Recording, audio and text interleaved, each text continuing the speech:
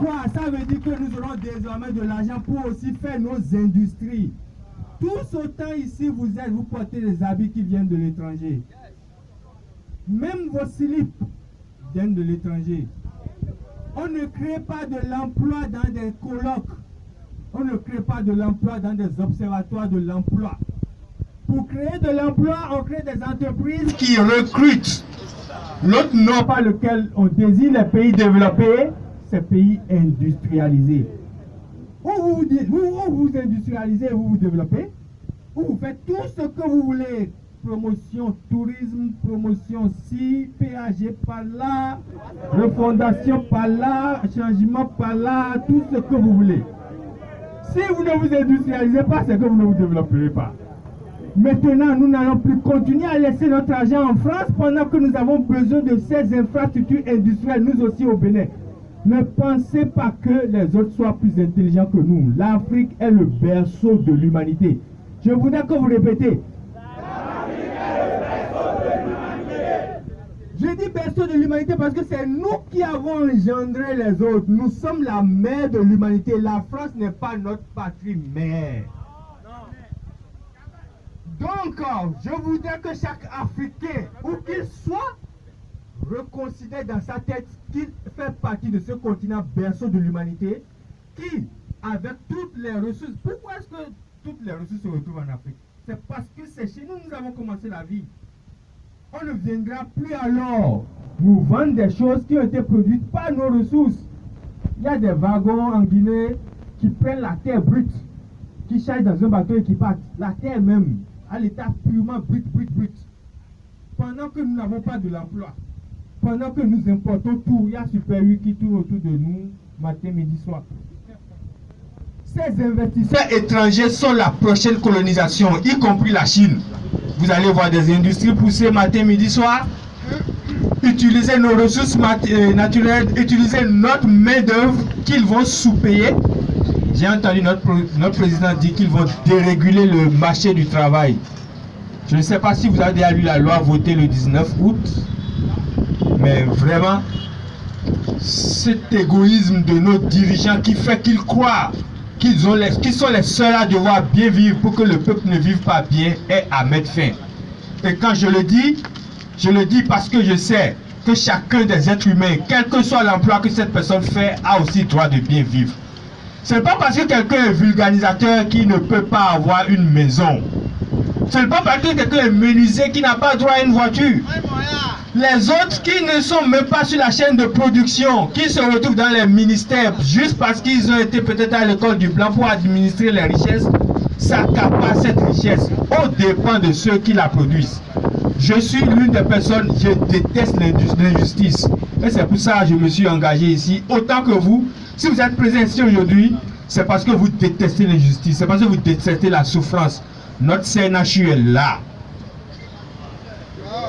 Si vous y mettez pied et que vous faites 30 minutes, vous avez de très fortes chances que des gens vous tendent la main pour vous demander 500 000 francs pour acheter des médicaments. Pourquoi? Pendant que nous avons dû déposer l'argent que ces gens-là devaient utiliser, on l'a déposé en France pour qu'après Col Blatlon, le président de l'Assemblée nationale, Zeno Bokina, nous dit que oui, nos réserves sont là-bas, mais la France ne les utilise pas. Je dis, mais vous nous voyez pauvres. Vous prenez notre argent et vous gardez. Ah, vous nous voyez pauvres. Et après, vous nous prêtez même de l'argent, mais vous prenez notre argent que vous n'utilisez pas. Quand même. Pour combien de temps? 72 ans, c'est une insulte même à l'intelligence africaine que cette monnaie ait duré 72 ans. En France, lorsque l'Allemagne l'a mis en place, ça n'a duré que 4 ans maximum. Parce que aucune personne ne peut soutenir, ne peut supporter ce système qui consiste à déposer ses ressources externes sur les comptes de notre pays. Mon ami l'a dit tout à l'heure, est-ce que l'argent qui a été distribué là était vraiment de l'argent? Et c'est ce grand danger qui fait que la France ne perd jamais les élections chez nous, sauf cas d'extrême nécessité, c'est-à-dire le cas passé où il y avait un blanc en liste. Que ce soit au Burkina avec Blaise Compaoré, au Congo avec Denis Sassou Nguesso. quand les opposants vont faire des partis politiques et lors des élections vont donner 2000 francs, il suffit que Chamali envoie les valises pour qu'on donne 20 000 francs. Quelles élections crédibles ou bien sur quelle base vous voulez concurrencer ce système? Tant que c'est la France qui fabrique nos billets de banque, qui peuvent le faire envoyer soit par Bolloré qui est assis sur tous nos ports, soit par Air France qui se fait traiter d'une manière royale à nos aéroports, je vous assure, notre sous-développement ne sera que grandissant, notre chômage ne sera que grandissant. Et c'est en cela que je vous inviterai tous. Vous avez des parents, certains même des parents dans le système qui nous gouvernent. À la maison, ouvrez ces débats. Ne passez plus tout le temps à parler des futilités. Même à l'école, chacun des étudiants ici doit poser la question à leurs enseignants. Pourquoi est-ce que le CFA continue? Pensez-vous que c'est une bonne monnaie? Pensez-vous que ça doit finir?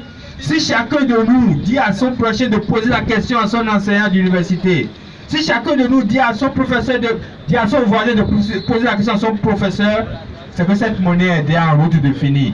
Nous avons fixé pour objectif 2018 parce que nous sommes conscients que les choses vont aller très très vite. Quand je dis 2018, les gens trouvent que nous sommes peut-être utopistes, mais je vais vous dire un truc. Si les bombes de la Corée du Nord descendent sur la France aujourd'hui, rasant tout Chamalières, rasant le trésor français, rasant l'Élysée et que toute la France disparaissait, je vous assure, en plus, au plus 10 jours, comme nous n'aurons plus les billets de France CFA, en au plus 10 jours, nos États vont se mettre ensemble pour une autre monnaie.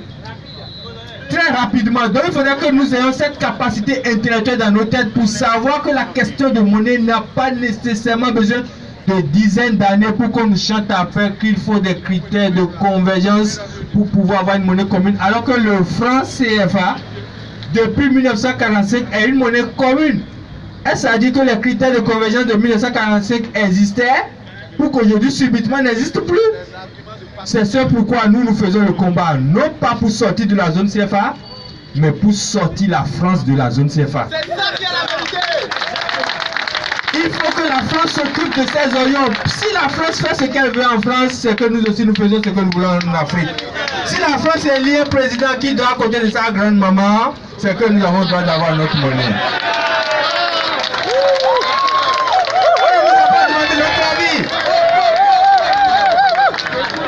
Donc je vous invite chacun à vous approprier plus la documentation dans ces questions, à vous cultiver plus et à pouvoir défendre où que vous soyez chaque semaine cette sortie de nos pays, de cette servitude que nos dirigeants estiment est ce qu'ils doivent nous rendre, ce qu'ils doivent nous donner parce que nous leur avons confié la gestion du pouvoir. Mais je dirais à tous ces dirigeants, que ce soit Macky Sall, Ouattara, que ce soit n'importe qui d'autre, 2018, le franc CFA va tomber. Soit ils nous soutiennent et le franc CFA va tomber tranquillement, soit ils s'opposent à nous et ils vont tomber avec le franc CFA.